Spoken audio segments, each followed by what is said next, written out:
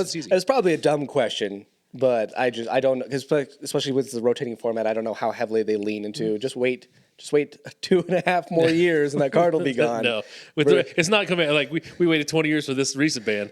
Yeah, exactly.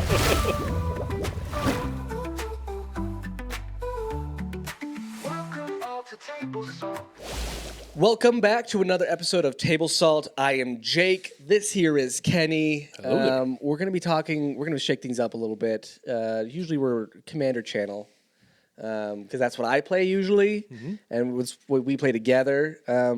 But you always nag me about playing Standard.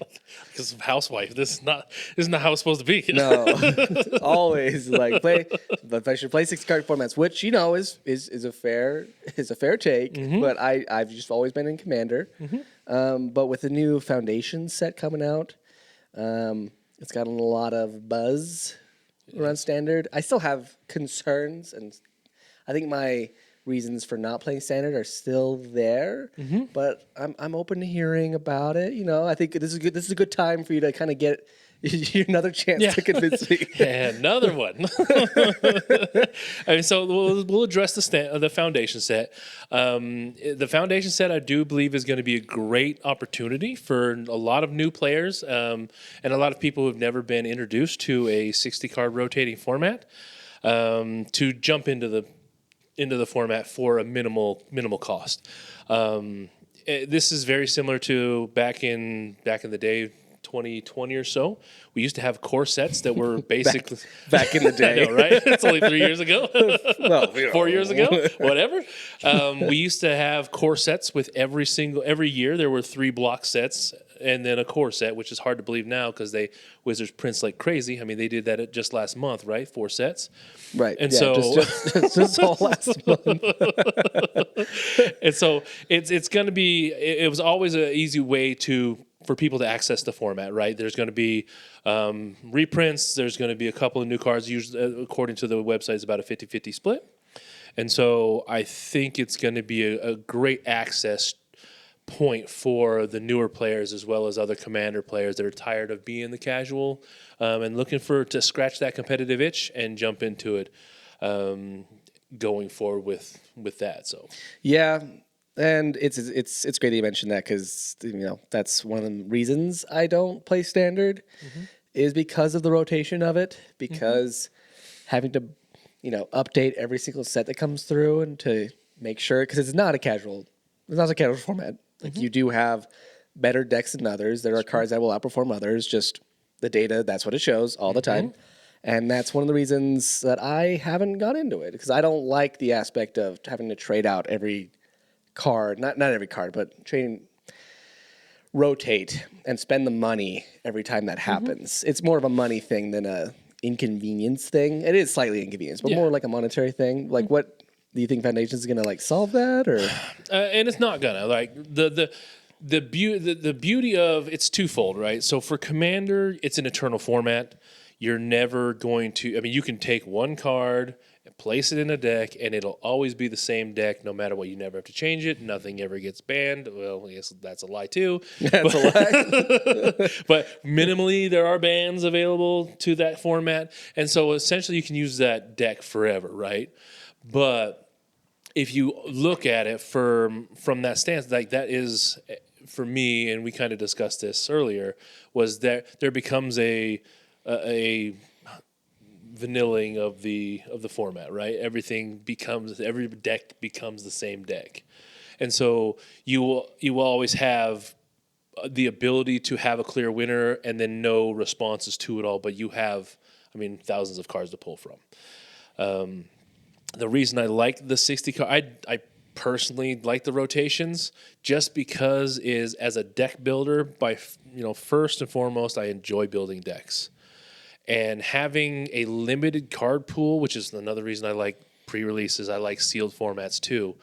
Having a limited card pool to build from just sparks my interest on that end, and it's really exciting to see how you have to use bad cards to make them good-ish. Yeah. And so with Foundations coming in, it's going to extend that rotation out because right now standard is in a 3-year rotation. So every year there will be a set that fall or a complete block of cards that will fall off, which is unfortunate, but it keeps the format fresh. But with Foundations, it's going to extend that to 5-year period. And so Just for Foundations or for other sets as well? It'll just be for Standard, just with the Foundation set. And it was 5 years. I think the term they used was semi-indefinitely. Semi-indefinitely. So, but if you look at all the previous core sets that were printed, they've always had the same general cards, accessibility to them. So you can have a way into it and not really get blown out, because some sets, as we know, I mean, just recent sets, they're only really good with each other as standalones, and they're not typically too good any other way. Right. But with core sets, it is kind of the glue that holds everything together, because there are some, I mean, Llanowar Elves was announced in the set, and historically that card has, I mean, just done wonderful things for the standard format. Is it broken or busted? Sure, whatever. But it always has done well. There's a reason why they're bringing it back. And power level is a thing, so we need to keep, I mean, having those level of cards in there is going to make it easier for new players to jump in and have good cards available to them. Right. So I guess, yeah. Well, that the 3-year rotation is like, they still, with how much content and how much product that they're releasing, that's still a huge pool of cards that you're selecting from. Do you feel like it's too long, not long enough? Whenever a set drops off, is it pretty devastating for a lot of like the meta decks, or not right now? Because that's my hesitation is just I don't want to build a deck, spend a couple $100 on it, a lot of cheese, a lot of money, and then just have it not be viable come a month and a half. And that's with when you're sitting here thinking about the rotation, they have done experimentations in the past where the rotation was 2 years. Now it's 3 years. That's what they seem to be is the perfect number, right? You're always going to have decks that are going to be good, no matter where it's at. And so you're going to, I mean, even with Commander, you buy a box of cards for every Commander set. Well, you should be buying. Support your local game store. Buy a box of cards. So your majority of people will buy a pack, a box, or whatever, and those cards generally in that box are going to be available to utilize. And so, if you look at the average box, you're going to get all your commons, majority of your uncommons, and rares you're probably going to have to trade off or buy the remainder ones you need, right? And so. The expense, I mean, but most of the time you're trading out. You're not paying money for it. All the rares that you pulled, you can take those to other people. Well, that's kind of counting on there being a lot of people there in Standard. Mm-hmm. I mean, I guess if you're opening, depends on who's buying boxes and in what quantities. Mm-hmm. Like you could have Joe Schmo who's buying 4 or 5 boxes every set, who's just has the mother load and you trade with him. Mm-hmm. Or you could just be most people are in there buying singles. Who don't have the trades, so it just kind of depends. Especially since Standard isn't necessarily super popular in our area. It's gaining popularity, and with the way Wizards is pushing it, which I think they're finally doing it right, is going to do nothing more than help the format. And as the more people play it, it's really a good time, because as you're sitting there joining in with the other people, the gameplay, you're not always going to win, but you're not always going to lose. It's always a 50-50 shot.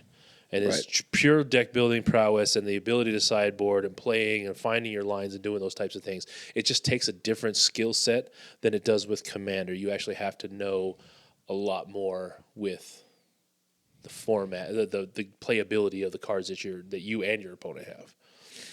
Right, and that's another thing too, is how entrenched, like how in the know do you have to be as far as metas go? Like if can you get into Standard and just not build the meta deck and be okay right now, or do you have to be like top tier in order to see any results from it? No, no, not at all. So I've been you know how I like to play. I build janky decks. I love stupid cards that do terrible things to people. And so for the last couple of standards, I mean, I had the dumbest deck in the world. It was a Obliterator, Phyrexian Obliterator, and it was just chock full of fight spells. And that deck won me a whole bunch of Sword Championships. I got some really expensive cards because I was making everybody sacrifice their permanents. Was it a tiered deck? Not in any way, stretch, shape, or form. Was it winning? Yes. Did I beat some tiered decks? Yes, I did. Did I lose to a lot of them? Yes, I did. And so it's always, you're never truly out of it right now because the format is so powerful. There's a lot going on. And so you can walk into it. If your deck has an idea and a way it's going to play, as long as you can execute the plan, then you're good. And then you have to figure out how to stop the plan on the other end. But, I mean, there's only a few archetypes that are available that you really need to be concerned about. And so it's not hard to build a sideboard to combat that. Yeah, that's fair. And like you say that standard is in a healthy spot right now. Super healthy spot. Which is great. I love that. Even though I don't play standard, I love it when standard thrives because, you know, it increases people buying stuff. It's true. Helps LGSs. Like that is great to hear. What are things that happen that kind of make standard unhealthy? Like, is it just certain archetypes that spring up that make it not fun to play? Is it just things that are overpowered that sometimes creep in a set or two? Yeah, that's it. It's the power creep. Like when people figure out how to make busted cards do really busted things with other semi-busted cards, it can be bad.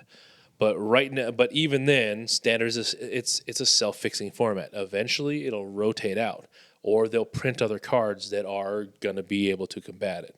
Like right now, there's a lot of graveyard playing decks in standard, and right now there are probably 13 ways to deal with a Rest in Peace effect or a Leyline of the Void that can handle graveyards. Essentially shutting those things down. And those decks are insane. They're awesome. They're cool to watch go off. But then they get shut down by a free or a 2-mana card. So it's not like it's completely you're going to get blown out because they really don't have a game plan. They're playing out of their graveyard. If you stop it, then they kind of lose the game after that. Interesting. Yeah, so it's a little bit, I guess, more complex than just printing powerful cards. It's like you can print powerful cards, and then you can print answers to those powerful cards. Right. And, you know, Wizards have been doing this. Yeah, 30 years, forever. 30 plus. So I think they're pretty good at it. Obviously, things do squeak through. But Shieldred, yeah, I hear a lot of people. So that's interesting. Again, I know nothing about standard. My introduction to Magic was like pseudo modern. I remember you telling me the story. It's a funny one. Yeah, I literally just played with some buddies, and then I wanted to play at stores, and then built a modern deck, entered a tournament, and got my butt handed to me, and then moved to Commander, and that was that. That was that simple. It was great. But yeah, so the standard have. Like, can Wizards respond to overpowered cards? Like you mentioned, Shieldred. That's something I hear about a lot. Shieldred is a very powerful card. Is that something that Wizards does? Is ban certain powerful cards in Standard? And this is, I mean, as recently as Fable of the Mirror Breaker, Invoke Despair.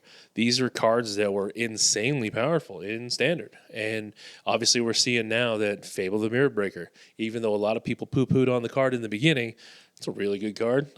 It's a really good card, and it's a multi-format all-star now. Everybody plays with it.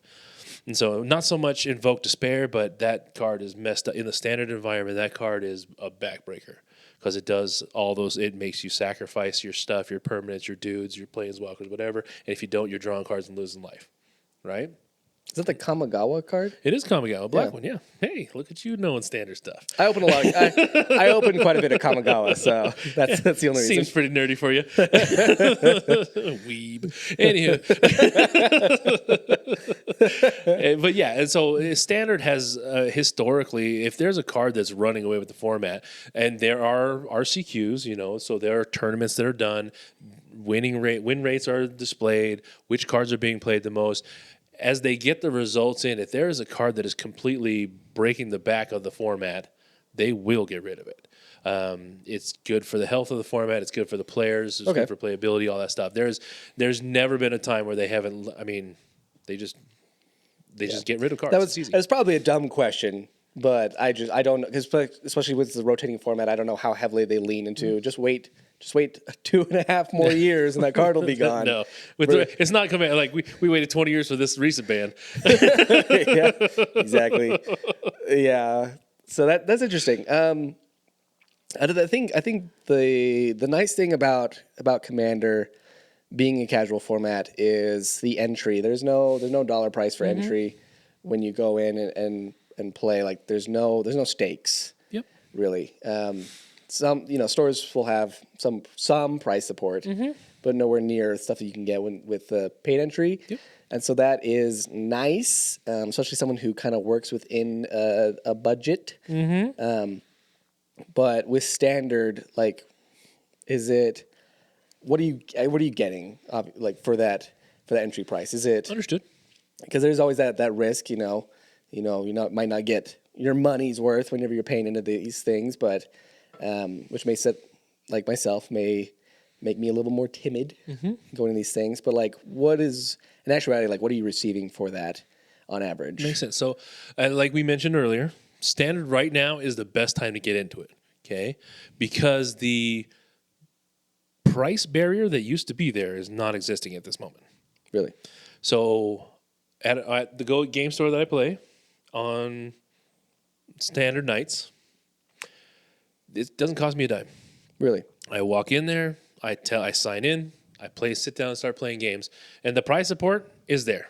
Wizards wants you to be playing standard, and just to take this step back, when it comes to I've been playing Magic Arena for a while. We know that it's my test kitchen. So anybody who, it's a great conjunction with. It's a great way to test cards, so you don't have to go off and buy your cards immediately. Even though MTG Arena, it's kind of it is a pay to play kind of thing. But as I've been doing it long enough, I play enough games. You can, like, these packs you're getting, there are codes. You do pre-releases, you get free packs. You do all the grinding for it, you get the free packs. You can build whatever deck you want essentially, and play it. But it doesn't cost you any money. And so we've had, when we go in there, the prize support they have, it's obviously tiered out, right? If you win the whole kit and caboodle, you get, right now it's Disdainful Stroke and the Cowboy Bebop treatment. Beautiful. Especially if you like Cowboy Bebop, you're jump on that bandwagon. It's good so stuff. like the live action Cowboy Bebop? Sure, why not? So it's anime stuff. Anime stuff, dude. And so that it tiers. So you'll win those things, and then you'll get special promos and all the other stuff as you go on down the line. And right now, because of how how much incentivization they're trying to give you to play the format, everybody walks away with a prize.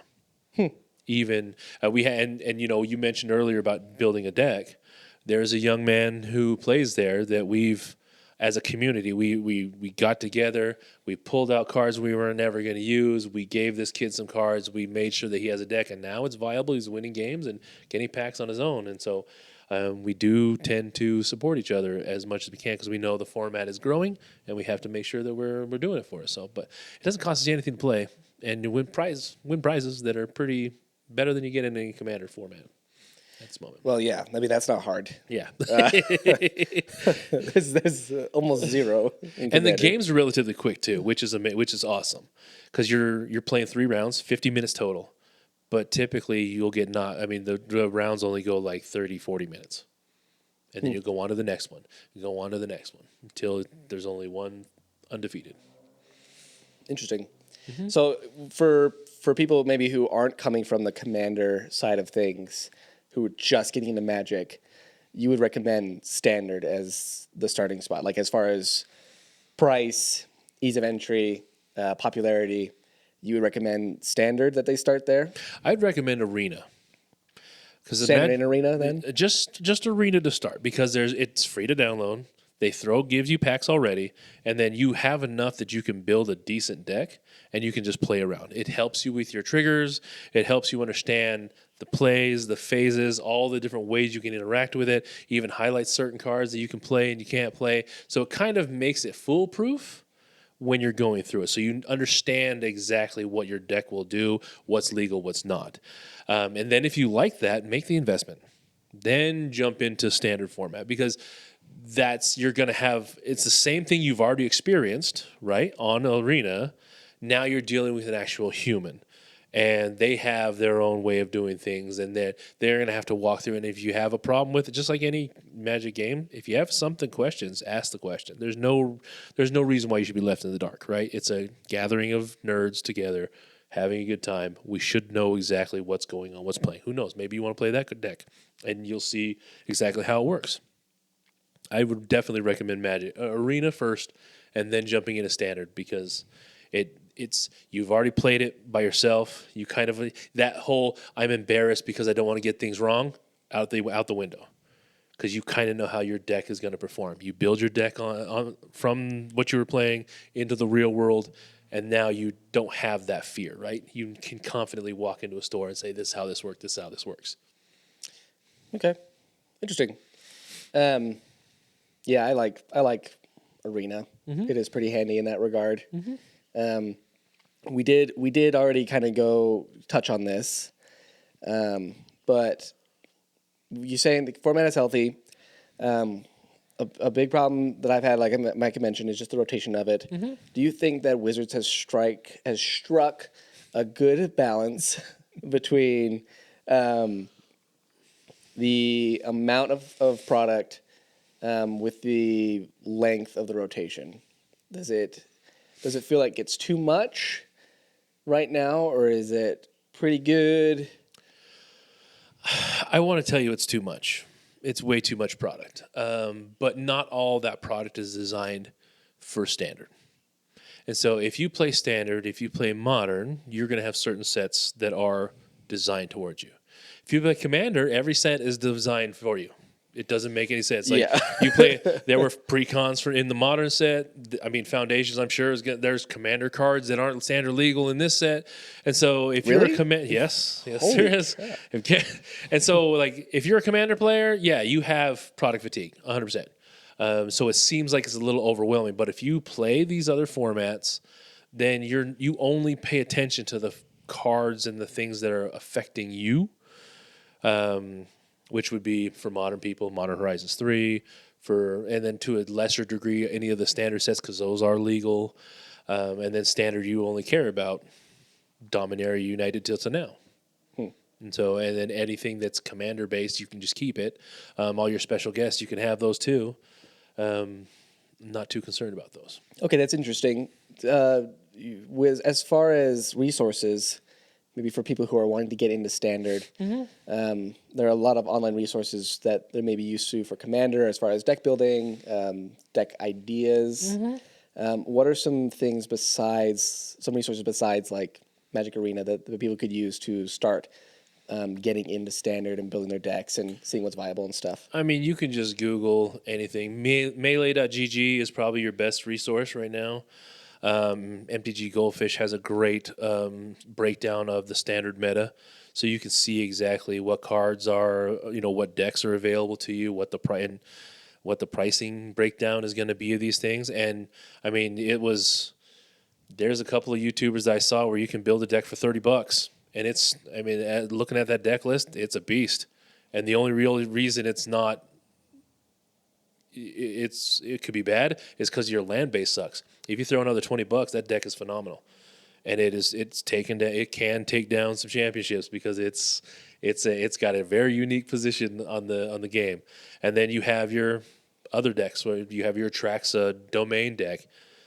It's like $800-900. Great. It still doesn't win all the time. So you can look and see whichever deck tickles your fancy. And build whatever you want. Majority of the time, you have a lot of the cards already, because a lot of those cards are good in Commander too. They're good in Modern, and you just need to buy a couple more sets of them or trade away for it. Work on your land base, but with the rotation out, I mean, you do have a limited time, but it's not like you're completely out those, because those cards are really good for a reason, and you'll probably just transfer them into another deck. Yeah, and that seems to be a problem that a lot of people have with Commander and Modern, is that sometimes it can seem very pay to win, but you wouldn't put Standard in that category. Not for your run of the mill in RCQ, yeah. In an RCQ, you probably want to put a little bit of money into your decks, but that's a whole nother beast, right? That's looking to play in the Pro Tour. That's going those types of things. It's not your Friday night Magic. Right. Those are designed to be a little bit more friendly. And the one thing I've always appreciated about the one-on-one formats, especially in that environment, people are willing to give you the right answer because they understand that we need to help each other try to figure these things out. So Right answer how? Like, unless you're playing for money. So like I will tell you when you play me, if you ever play standard against me, I will tell you what is the right decision to make that helps your deck go against mine. I will coach you into the right move. I will say, hey, do this, do that. Because I want you to be able to understand the ramifications of your decision. And how to, and so you'll learn to a deeper degree, like the game of Magic. You miss out if you don't have a one-on-one format, because that proper threat assessment, understanding what cards are truly backbreaking with other cards, how to interact, and those types of things, and then obviously having that conversation with the person across the table, it deepens that relationship with the game, I think, and it really makes it. It takes it to the next level for me. That's why I like it. Commander's fun. We have a good time. You and I, we joke and chat a lot. We laugh, good laughs. But there's something. It's a lot better with a one-on-one format. Okay, well, interesting. I might play standard. Who knows? I'm not going to decide right now, but Yeah, and if you're in that boat, like you're on the fence, or you've decided that it's time to make that jump, go to the locator app or the companion app. It has a little locator button. You can find any store that's going to be doing your standard event and talk to those people that are putting on the tournament and find out exactly what you're looking for. Talk to your people in your game stores as well. They will know exactly when their events are being held. They can even tell you historically, because I remember the first standard event I took place in 9 months ago, there was a grand total of me there. Now we have 14, 15, 16 people. And so it takes time, again, 9 months, but we're starting to develop that community and we're only getting larger. And so it just got to find your niche, and the standard app, the companion app will help you find those people that are like-minded trying to play that game. Right. Yeah, I think it does help that with this conversation, because I think people kind of get cozy and comfortable in Commander. Mm-hmm. And as Commander has kind of skewed a little bit more competitive, especially when you go to game stores and trying to ascertain power level, bracket, whatever the hell they're doing. Yeah. It's just very difficult to kind of know what you're getting into. But that is the more appeal of Standard. Exactly.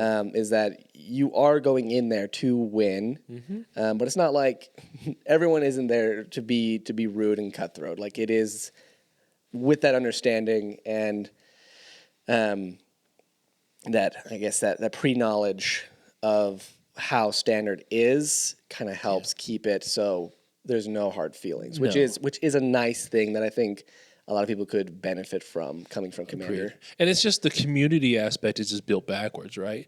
So in Commander, we want to say, oh, what are we trying to do? Here's what it is, blah, blah, blah. In Standard, we sit down knowing we're trying to kill each other, take each other out the game, right? And then after it's all said and done, we're down and willing to say, hey, why would you do this? Why'd you do that? What's this? What's that? Can I see your deck list? Let me take it. How have you thought about this card? We're trying to help each other out. It's just in reverse order, which I do believe is the better shot, what you should be doing, because now I've destroyed you. Now it's time to help you be rebuilt. Right. Or you've destroyed me. Right. Yeah.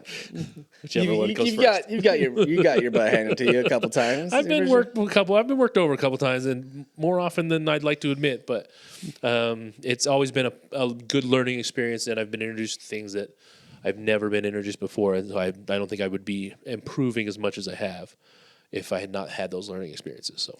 Okay, well, that's cool. Kenny, I think it's time for me to go to Standard. Yay! Kenny, I think. And you should be doing the same thing too. Again, talk to your local game stores. it's a great time to be. Talk to your game stores before talk trying to your local game stores. You might experience side effects such as happiness, overwhelming joy, and a better overall Magic the Gathering experience. Less money. Well, and that's less money, but you won't have that problem because we already got you taken care of. Because of all my pay raises, right? All your pay. Well, no, I have multiple decks. We'll be fine. You're paying me more, Kenny? Is that what it is? We'll figure it out. Figure it out. Okay. Awesome. Guys, make sure to like and subscribe. We do these videos every week. Thank you guys for getting us to over 100. We appreciate it. Yeah, that's next goal, crazy. 500 is the next goal. I think it is. So, I don't I guess. Whatever they tell me whatever the overlords tell me my goal is, I'll just go with it. So yeah, subscribe, hit the notification bell, do all those things. Let us know if you play standard, if you love it, if you hate it, if you're thinking about standard, kind of what's keeping you at bay. We'd just love to hear your thoughts on that. But until then, don't be salty.